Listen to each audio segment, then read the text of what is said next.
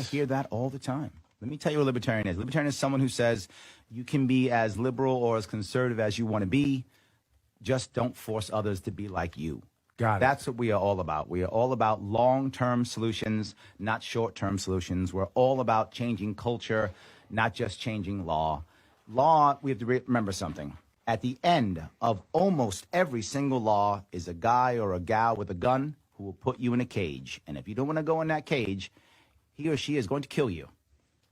That means you only use law when it really matters, not just because I'm angry, not because I don't like you, not because you should do some activity I think you shouldn't do, or whatever the case may be. It's only for important things like life and liberty and property and things like that. That's when you use violence. That's when you use force. That's what libertarians are all about.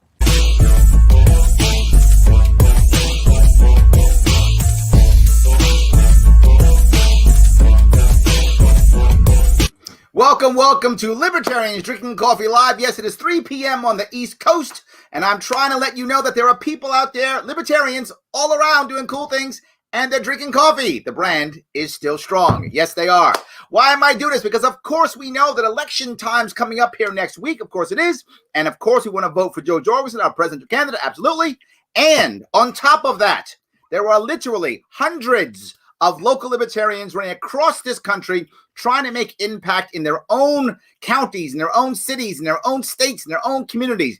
And we got to support them too. And if you care about them like I do, then what you should be doing is like, comment, share. If you don't do that, how are people going to know we're out there, right? People all the time say, why do you guys only care about the presidency? Why don't you care about local? Hey, right here, local all over the place, right here. So like, comment, share, let people know. Why are you still looking at me? Click that like button. Like, comment, and share. Let people know that this does matter and it is important. I am very lucky today. I have with me someone trying to make impact in the great state of Michigan, running for Congress, the man himself, the one, the only, the real Joe Hartman. How are you, sir? I'm doing well. Thanks, Larry. I am happy to have you. For those who want more on Joe, head over to his Twitter account. It is at realjoehartman.com. I wasn't kidding. He's the real deal. Absolutely. So, Joe, what's going on, brother? I'm, excited to be here and talk to you. This was the types of conversations that I was looking to have when I decided to go on this little adventure of running for Congress. I love it. So let me ask that question then. Why did you decide to run for Congress versus everything else you could have run for? You chose Congress. And why now? Yeah. So there's a lot of reasons that as I kind of started with this idea, got into my head when I was sitting in my local affiliate with my fellow Livingston County Libertarians. And we have spirited banter during our more recently virtual discussions. And I brought up, is anyone running for Congress in our district, and reached out to the other county affiliates in our area as well. And it turned out no one was running. Okay. And so I kind of, anyway, the other guys in the county affiliate, as well as from the district, encouraged me to do it. And I think a part of it was that I was just kind of bored with all the COVID restrictions, and wanted to connect and like I said, go on an adventure. I've looked at it. One of the things I've said often is that I was just running to have some fun and make some noise about the ideas of liberty. I'm relatively new to this area. I grew up in South Florida, so I've lived here for just a couple years, and so I wanted to use this as an opportunity to connect with people in the local area and connect with my fellow libertarians. And just represent the Libertarian Party and with the values that I cherish and I hold so dearly. So tell me about your race then, right? Is this a race where it's a 3-person race, 4-person race? We have so many different types of races going on throughout the country. We've got 2-person races going on in critical places, and we got 5-person races going on. It's all over. What's your race like? Yeah. So the incumbent is a Democrat from the CIA named Alyssa Slotkin. Okay. She was an Iraq analyst in the CIA. So there's that. And then her Republican opponent, his name is Paul Young. He's pretty normal Republican type of person. There was a pretty heated Republican primary. And the district is a big swing district. In 2018, it was, I think, one of the top 10 congressional funding races. It had just tons of money thrown at both candidates. So it's kind of a purple district. It has been well, really before Alyssa won in 2018, it had been a Republican district for Got it. 16 years. So the Republicans are trying to take it back over. There's lots of money in this campaign as well, and Alyssa is kind of a centrist Democrat. Okay. And so I tried to, I communicated with both campaigns to try to get included in the debates to add a little variety. We know how that goes. Yeah, but unfortunately, obviously, I was excluded. We know how that And goes. I think, it's a really a type of race that reflects many others around the country, where there are two people who are devoutly partisan in their rhetoric, at least. Yep. Where they are just the most petty and silly, kind of fighting And between no the two one of them. actually gets serviced at all, right? It's just rhetoric versus rhetoric, and nothing actually changes. Yeah, it's the extreme focus group talking points type of stuff. Got it.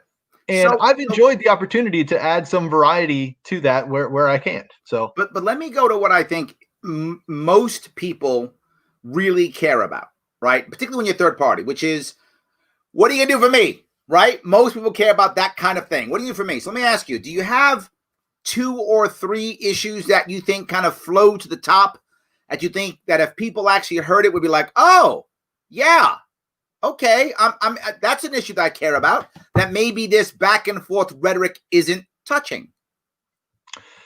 yeah, well, I think my main goal is been to explain what libertarianism is, and to Okay. offer the idea of decentralizing the power of the federal government, specifically since I'm running for federal office, to focus Sure. on that part of it as well. But and then, with that message, the consistency of all of our libertarian principles about ending the wars, ending the drug war, and Is the drug war high on your list of priorities, or where does sure, that yeah, flow on absolutely, yours? yes. Yeah. The ending the drug war and trying to channel the energy towards the defund the police type of stuff, Yep. and the focus that our society is putting right now on criminal justice reform, and not losing the momentum by getting distracted by punishing, like narrowing the focus on punishing the officers, Right. or trying to retrain them, but totally changing their role in society and the way they interact with peaceful people, rather than them being the source of the conflict. And the clearest way to do that is by ending the drug war and abolishing the laws that empower them to have their military grade equipment busting down people's doors, and civil asset forfeiture. And so I think, at times, at least, it seems like the rhetoric has been a little bit too narrow on trying to Okay. punish the cops who killed people, or trying to focus on the qualified immunity, which I think are important issues as Sure. well. But really, with the momentum on this, we got to point at the whole drug war as the source of the problem. And so I really So tried one to, of your issues is ending the drug war. Do absolutely, you that's tell correct. people, like, I remember when I was running for governor, I was talking about a similar issue. But what I did, and this is just my view, I always said the first step to doing this is legalization of cannabis in my state, right? That was my view. But you're federal, so it's a little bit different in your world, right? You don't have the same dynamic that I have. In your district, do you know what the first step is? Do you have one? Have you decided, what the first step is? It's this thing, or no? Sure. Well, in Michigan, we have legal recreational marijuana. It's one of the better laws in the country, where people can grow up to 12 plants themselves. So it's a good example of So I should movement be in that copying direction. you. I got to copy you then. Okay. Yeah, yeah. Okay. But and beyond that, one of the things that I've tried to raise awareness, or like just change the paradigm that people think about, is, if drugs were legal, then there'd be so many more overdoses, or so many more people Sure. using drugs. They all And think that. that is a very false narrative. I think Mhm. the evidence points in the exact opposite direction, where the drug war, by being illegal, by forcing it to be in a criminalized market, that people are facing more violence, and they're getting less reliable substances. And so, rather than trying to lock people in cages to stop them from self-destructive activity, that the idea that people having more of a market for their products, rather than having so much violence created by the government and its attempted prohibition. That's one of the things that I like to phrase it around. These are attempted prohibitions. They don't actually stop people from getting the drugs. Right. And I'm not sure how effective this is, but I do like to point out with the when people are concerned about expanding drug use, that, like, just imagine in the show Breaking Bad, Mhm. if Walter White's product of meth was he could just sell it. He wouldn't have to become a drug lord to sell his product. I He would made go a one superior step. product. I would go Yeah. one step further. Hmm. If drugs in that regard were legal like that, they would actually be a safer alternative to meth. Absolutely. So a Yeah. guy like him wouldn't even have to do that because there would be safer drugs that people would use on the market normally. There probably wouldn't be any meth because there'd be a safer version of cocaine or whatever is the appropriate opioid. There'd be a safer version of that, and there'd be no need for meth. I would go even further than that. That guy wouldn't have to exist. Yeah, or maybe he would use his chemistry skills to make a safer version There of we meth. go. Yes. But I think that yeah, like people are still going to find drugs that meet their needs or whatever. It's a market, right? There will be a supply if there is a demand, and so rather than the government trying to lock people in cages for being on either side of that transaction, um, yeah, I just think like at all of the discussion about police violence and police brutality, the drug war is the biggest driver So of that's that. very So that high on your list. perpetuates the Okay. problem. Yeah, absolutely. Yeah. Okay. What you'll often hear me say is things like, if people just in general want to get high with their friends, some people do it through, music, some through drugs, some through spirituality, some through exercise, whatever. But we all want it, some through video games, but we all want to get high with our friends. That's kind of how it works. So the Sure. safer we make that, the safer the less damage we'll have to human beings, because we all want to get high with our friends. It would be nice if we could all do it on running. That would be nice, Sure. but that's not going to Yeah. happen. So Yeah. for some people that is how it happens, but for the majority, it just isn't. So let me ask, what's question number 2? Well, I don't really know. I know that you're Okay. supposed to have like your top 3 issues, but I do have You don't one have to. kind of my third issue, and really to some degree my top issue in terms of what I think I could actually make some impact on hypothetically. And so there's a bill in Congress that has 21 co-sponsors, bipartisan support. It's called the Daylight Act, and all Okay. that it would do is allow states that have already legislated at the state level to do it, that would allow them to implement permanent daylight savings time. Permanent Now, daylight savings time. Okay. yes, right. And so people may be familiar. Arizona doesn't change their clocks because they're on permanent standard time. Got it. And there have been 13 states that have either passed a law at the state level or a resolution encouraging Congress to allow permanent daylight savings time. And so there's a federal prohibition from laws back in the 60s that prohibits permanent daylight savings time. So we're coming up here in just over a week, or just under a week. Next Sunday will be the 25-hour day, which is so stupid. And nobody really minds the subsidized hour that we get, right? In the fall, they give us that extra hour subsidy, get an extra hour sleep, not so bad. The daylight, at the end of the day gets shorter, which with COVID and vitamin D, that seems like a worse time to do it. But then the spring forward, there's been a bunch of studies that talk about how it causes issues with mental health. There are an estimate 28 additional car accident deaths as a product of the spring forward messing with circadian rhythms. And so it's just an issue that it's a perfect example of how the government comes up with arbitrary laws and people just get apathetic about it. For the most part, don't you get I assume that you get the pushback of, well, there's going to be 50 different states with 50 different times. Aren't you going to get that pushback? Or haven't you already gotten it?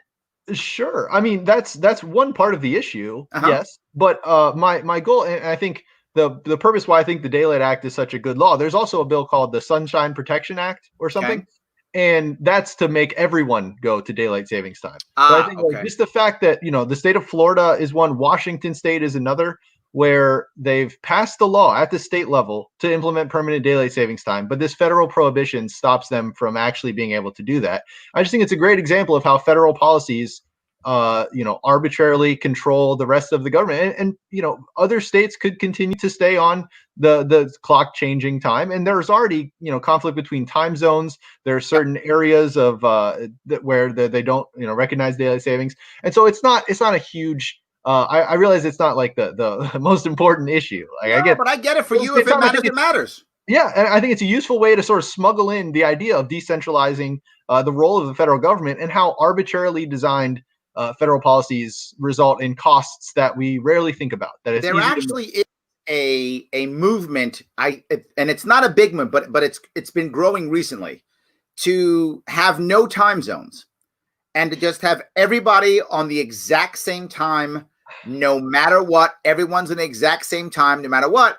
But the numbers basically, like day is still day, but right. So Yeah, say yeah. for example, you take Greenwich as 0. When it's noon Greenwich time, it's going to be, what is it? Like 5 a.m. Yeah. whatever it's going to be in New York, whatever 7, it I is, right? think here. Yeah. Whatever it's going to be, right? It's going to be that time, and everyone's at the same time. It's the same time always. Yeah. Now, this is kind of what you're saying, but a different way. It's the idea of recognizing that there is a problem, but that is the top-down solution. We're going to make Exactly. no one gets time, damn it, right? That's how that is. Yours is more of a bottom-up, if I understand what you're saying. You're allowing states in their world to do what they feel is appropriate, where this other idea I just talked about is oh, you guys messed up time, now nobody gets time, right? That's kind of a different way of looking at it.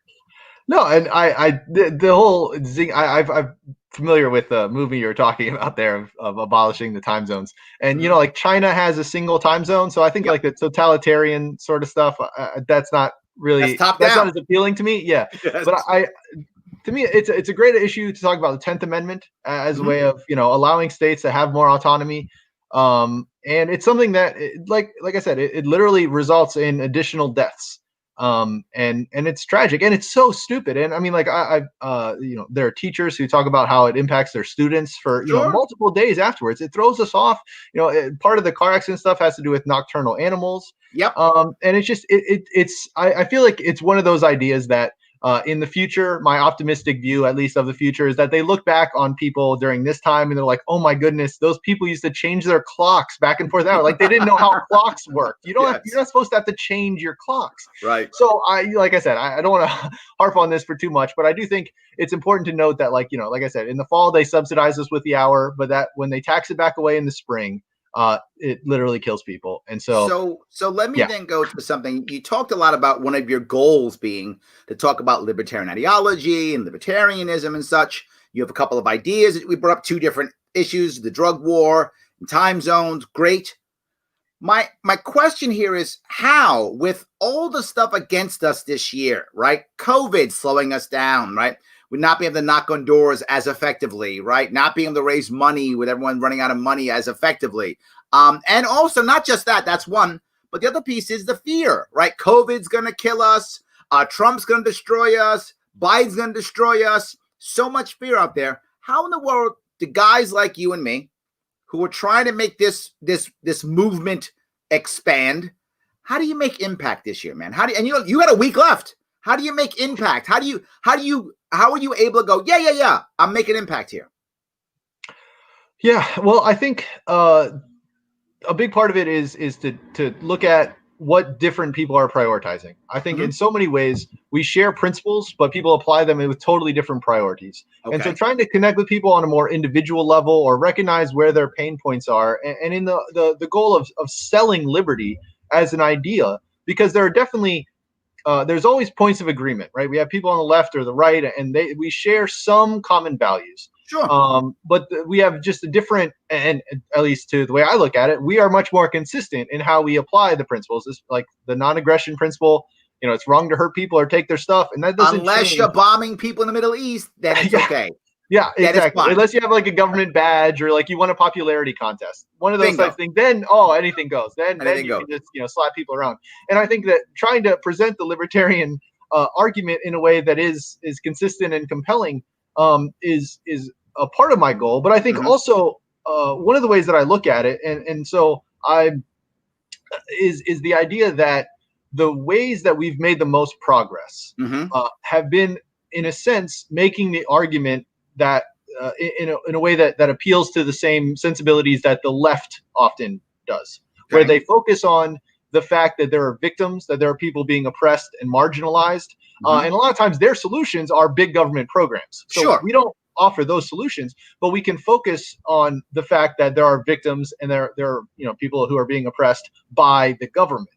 And so leading with the fact that these government policies aren't helping the people that they're supposed to be helping. Something Joe Jorgensen says, a lot of times they're hurt by these policies. And so I think 2 of the areas where where the liberty movement has sort of led the way has been with marriage equality, which is an Sure. example of heavy-handed government, one-size-fits-all regulations causing people to be marginalized and not have the same opportunities as the rest of society.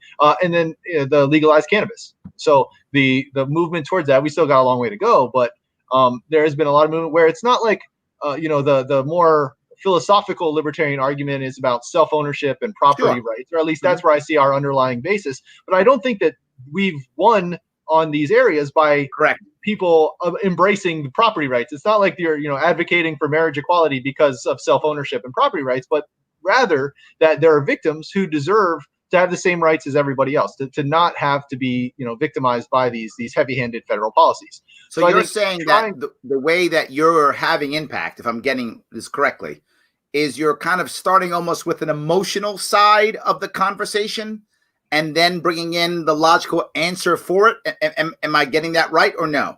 Well, I think so. I think a part of my motivation, like I said, was to connect with some people in my local area Right. and I've had many conversations and email threads and stuff with people and made some impact that way. But also to try to make some influence within the libertarian movement and the Libertarian Party to focus on to focus our rhetoric on the fact that there are victims of government policies, rather than so often leading with the philosophy of the government is invalid, or leading with it's not following the Constitution. Like that's not going to appeal to as many people as focusing, because politics is so often about fear. Oh my God, it's emotional, brother. Yes, it is. Shaming each other, right? Yep, it's emotional. So I think, that part of it, I think our best opportunities are to lead with the empathy argument, because it always works, right? Everything that the government does hurts someone. It hurts people, and it might try to help some people, but it's always going to hurt people. It's always going to, take away their agency or take away their ability to make their own decisions for themselves and their families and their communities. So the idea of decentralization, decriminalization, and trying to, you know what, I've done it in my own world, right? When I'm speaking to people, I almost never lead with libertarian philosophy or rhetoric ever. It's very rare that, unless I know my audience is libertarian, obviously, right? Yeah. But unless my audience is libertarian, I'm with you. I don't lead that way. And I think when I have my most impact, when I know I have, is when the person I'm talking to assumes I'm their party, right? Whatever party they are, right? If they're Republican, they go, "Oh, you're a Republican." I'm like, "No." Or if they're Democrat, "Oh, you're Democrat." And I go, "No." That's when I know I'm winning, right? When they think that I'm their party, I'm like, I'm winning. That's all it takes. Yeah. So I think you're totally right. I feel that even when I just talk to people in general, if you lead with, "Hey, this is someone being hurt. How can we fix this person who's being hurt?" They tend to hear you. I'm with you. I think they tend to hear you. Do you think that in your specific campaign this year, do you think you've been able to be more effective or more impactful with people who would self-identify as left or right or neither or both? Where do you think you've been able to have the most impact on? I don't know. I'm really not sure. I would say I've probably put in more work and had more people interested to talk to me from the right. Mm-hmm. There were a lot of people who were disgruntled by the result of the primary. Sure. And so by connecting with some of them through social media, I've had some interesting conversations, at least I've been able to explain my approach and Sure. the philosophical consistency of it. And one of the things that I thought was effective, at least in a few conversations, was the idea of the Republicans generally recognize the importance of self-defense, right? They realize that idea of the right to self-defense. And so with that, to connect the dot between, it's not just about self-defense, but it's about self-ownership and self-determination. Sure. So people who are looking to live their lives the way that they want to, it's not in the defense way, but it's also in the self-expression and self-determination. Right. And so, that's where I can, point to why my opinions on the drug war, who maybe, with a more Republican, more, pro-law enforcement, they look at that as like taking away what the police are doing to protect them. But really, it's about letting other people be free to live their lives in the same way you should be free to have your, weapons for self-defense.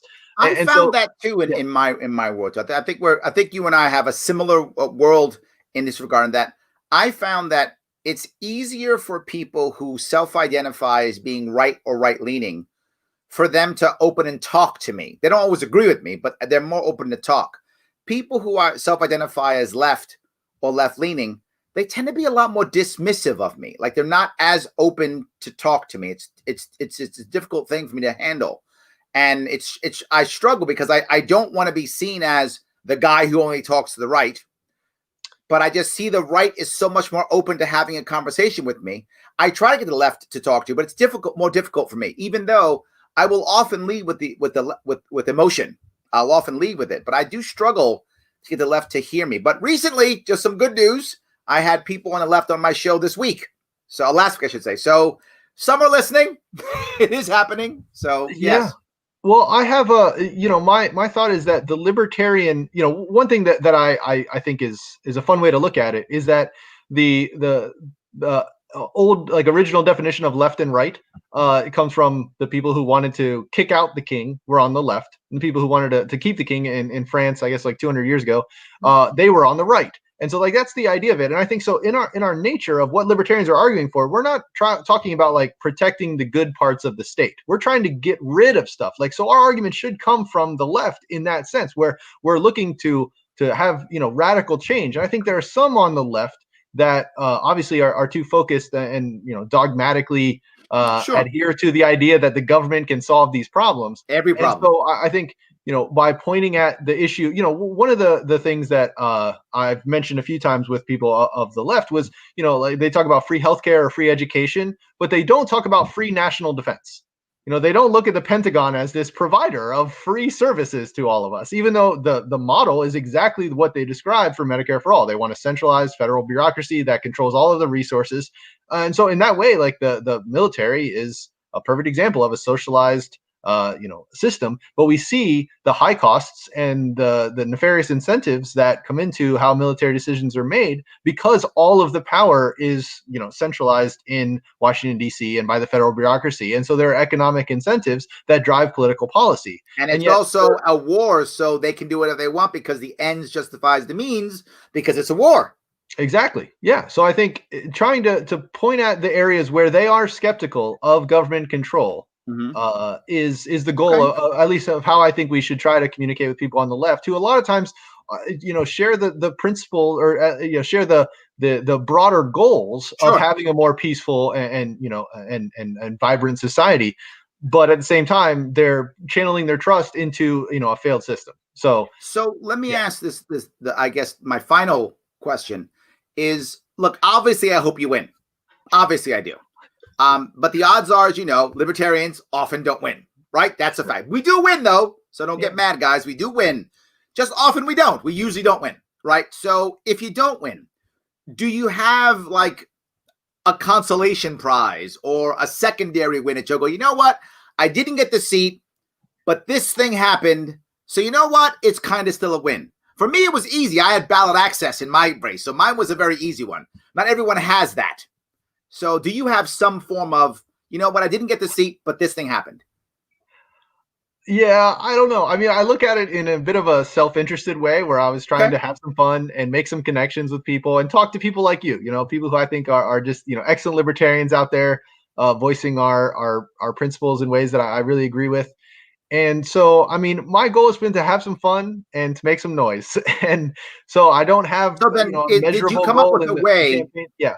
Did you and if you haven't, it's okay. But did you come up with a way to measure if you made enough noise? Right? Did that mean that did certain people click on your website? Did you get a certain amount of press? A percentage of the vote? An increase in libertarians registering in your district? I'm making all these things up, obviously, right? But did you say, you know what? If this happens, I made enough noise. Like, this worked. Do you have a way of measuring that? I don't. I'll be honest. I maybe I should, but honestly, I don't. It's more of a subjective thing. I think I've tried to improve my ability to persuade and communicate.